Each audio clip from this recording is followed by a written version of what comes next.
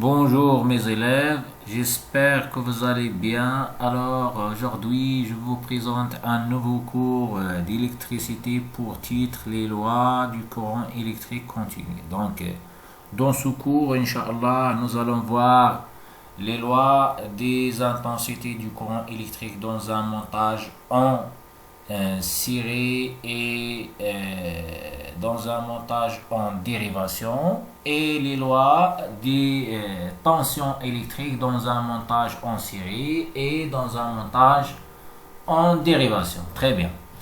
Alors, dans cette vidéo, on va voir les lois des intensités du courant électrique dans un montage. On va commencer par le montage en série, ensuite on va voir les intensités du courant dans un montage en dérivation.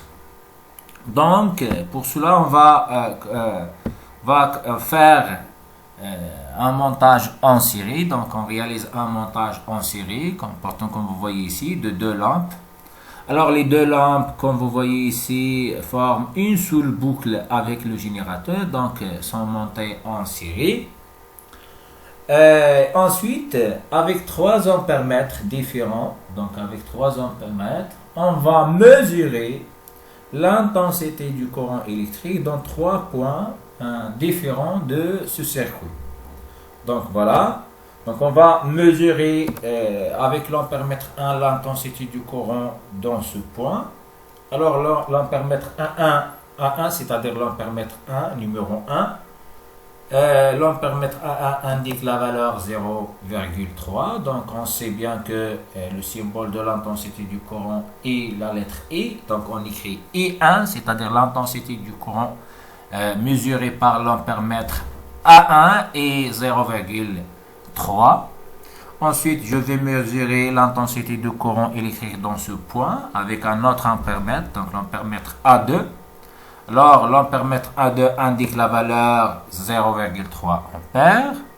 Et ensuite, je vais mesurer avec un autre ampère-mètre, donc avec le troisième ampère-mètre, l'intensité du courant électrique dans ce point de circuit. Donc, l'ampère-mètre A3 indique la valeur 0,3 ampères. Alors, que remarquez-vous? Oui, on remarque que les 3 ampères-mètres indiquent la même valeur. Donc, les 3 ampères-mètres, A1, A2, A3, alors indiquent la même valeur. Donc, qu'est-ce qu'on peut dire maintenant dans ce cas? Oui, donc on peut dire, on dit que le courant électrique a la même valeur de l'intensité du courant dans tous les points de circuit. C'est clair? Donc, et on écrit E1 est égal à E2 est égal à E3 est égal à 0,3. C'est-à-dire quoi? C'est-à-dire que le courant électrique a la même intensité dans tous les points de circuit en série ou bien de montage en série. Donc, dans un montage en série, l'intensité du courant électrique a la même valeur en tout point de circuit. Donc, ça, c'est ce qu'on appelle la loi d'unicité de l'intensité. Donc, dans le montage en série, on part sur la loi d'unicité de l'intensité du courant. Le mot unicité avec étymologie unique, c'est-à-dire que dans un circuit en série ou bien dans un montage en série, toujours on a la même valeur en tous les points du circuit, la même valeur de l'intensité du courant en tous points du circuit. Maintenant, on passe à le montage en dérivation. Donc, on réalise tout d'abord un montage en dérivation, donc comme vous voyez ici, donc ou bien un montage en parallèle. Alors comme vous voyez ici, L1 et L2, c'est-à-dire la lampe L1 et L2 forment, donc chaque lampe forme sa propre boucle avec le générateur. Donc nous avons ici dans ce circuit 2 boucles. Donc voilà la première boucle. Donc, et voilà la deuxième. Et ensuite, qu'est-ce qu'on va faire? Donc, on va mesurer avec 3 ampères-mètres l'intensité du courant électrique dans la branche principale et dans les branches dérivées. Donc voilà ce qu'on appelle la branche principale. La branche principale, c'est la branche qui comporte le générateur. Alors là, voilà la branche principale. Donc la branche principale, donc cette branche, elle comporte quoi?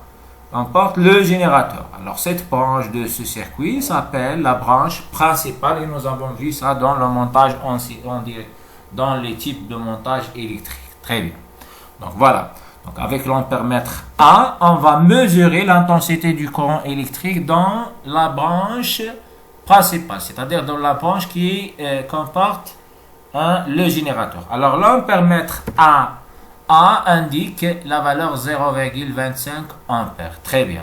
Alors les autres branches, donc cette branche sont des branches en dérivation. Donc cette branche et cette branche s'appellent les branches en dérivation. Les branches en dérivation sont des branches qui ne comportent pas le générateur. Alors maintenant, avec un ampèremètre, par exemple A1, on va mesurer l'intensité du courant électrique qui traverse la lampe L1, c'est-à-dire l'intensité du courant électrique qui passe dans la branche 1, c'est-à-dire la branche dérivée, donc c'est la branche 1. Voilà. Donc l'ampèremètre A1, dans ce cas, indique la valeur 0,15 ampères. Très bien. Et avec un ampèremètre A2, on va mesurer l'intensité du courant électrique qui traverse la lampe L2. Donc on est. Alors, très bien. Donc, l'ampèremètre A2 indique la valeur 0,1 ampère. Donc, expérimentalement, on trouve les valeurs suivantes. Et c'est l'intensité du courant dans la branche principale est égale à 0,25 ampères. Et 1 est égal à 0,15 ampères. C'est l'intensité du courant qui traverse la lampe L1. Et I2, c'est l'intensité du courant qui traverse la lampe L2, donc est égal à 0,1 ampère. Alors, que remarquez-vous d'après ces résultats expérimentaux? Oui.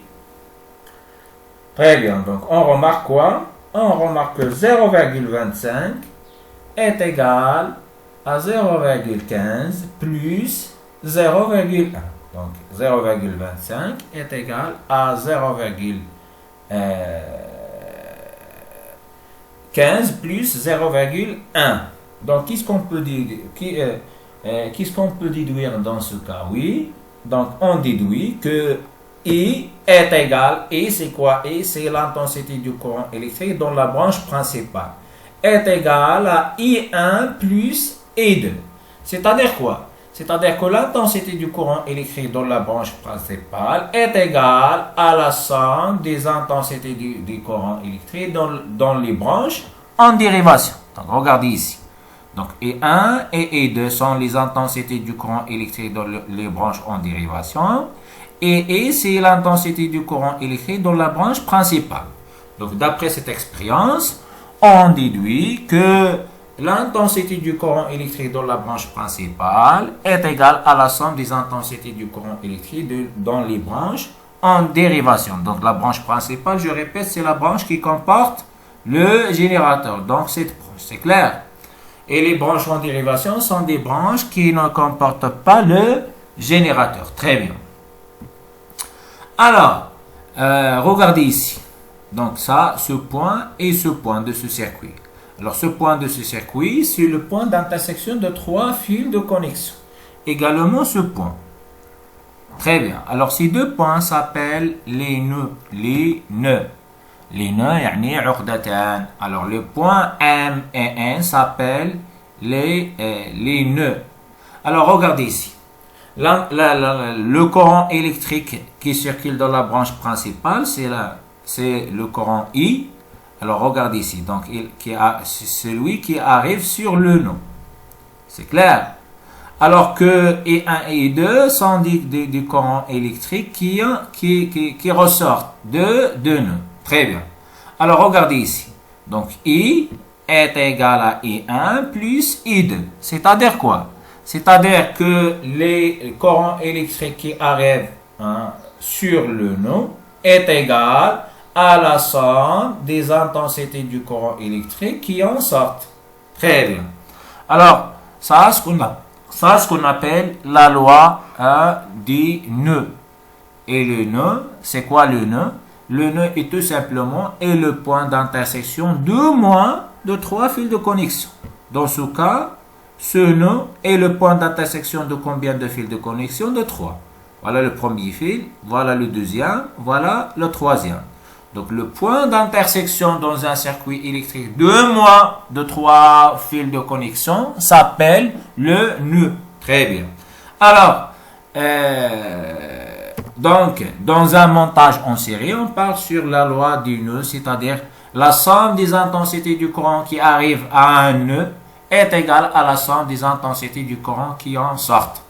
La somme des intensités du courant qui arrive à un nœud est égale à la somme des intensités du courant électrique, des courants qui en sortent. Regardez ici, donc, le courant qui arrive à un nœud, dans ce cas, c'est I, c'est le courant dans la branche principale. Les intensités du courant qui en sortent sont E1 et E2. Alors, c'est pour cela qu'on a écrit ici, I est égal à E1 plus E2. Très bien. Donc, exemple. Donc, regardez ici dans cet exemple. Qui sont les courants électriques qui arrivent à un nœud? Regardez bien. Regardez le sens des flèches. Alors, le sens des flèches indique quoi? Indique que les courants qui arrivent à un nœud. Donc, E1 et E2 sont des courants qui arrivent à un nœud, alors que E3, E4 et E5 sont des courants qui en sortent de nœud. Très bien. Alors, on écrit, d'après la loi de nœud, alors la somme des intensités du courant qui arrive à un nœud, c'est-à-dire E1 plus E2, est égale à la somme des intensités du courant qui en sortent. Donc, les intensités du courant, ou bien les courants qui en sortent sont E3, E4 et E5. Donc, regardez ici. E1 et E2 sont des courants qui arrivent à un nœud.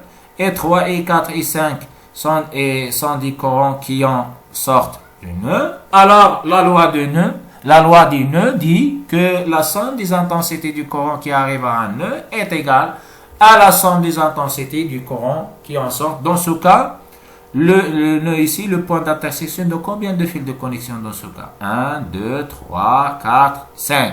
Donc je répète, le nœud dans un circuit électrique est le point d'intersection de moins de 3 fils de connexion. C'est clair? De moins de 3 fils de connexion. Donc dans ce cas, le nœud dans ce cas est le point d'intersection de 5 fils de connexion. Donc, d'après la loi de nœud, on écrit E1 est égal à plus E2. Pourquoi on a écrit E1 plus E2? Parce que sont les courants qui arrivent à le nœud. Donc, E1 plus E2 est égal à la somme des intensités qui en sortent. Donc, qui ressortent de nous. Donc, et les intensités ou bien les courants qui en sortent, sont E3, E4 et E5. Donc, on écrit E3 plus E4 plus E5. Alors, j'espère que vous avez bien compris. Maintenant, je vais vous donner des exercices à faire. Donc, s'il vous plaît, effectuez les exercices de la page 136 et 37. On va faire la correction à la prochaine vidéo, Inch'Allah. Merci de votre attention.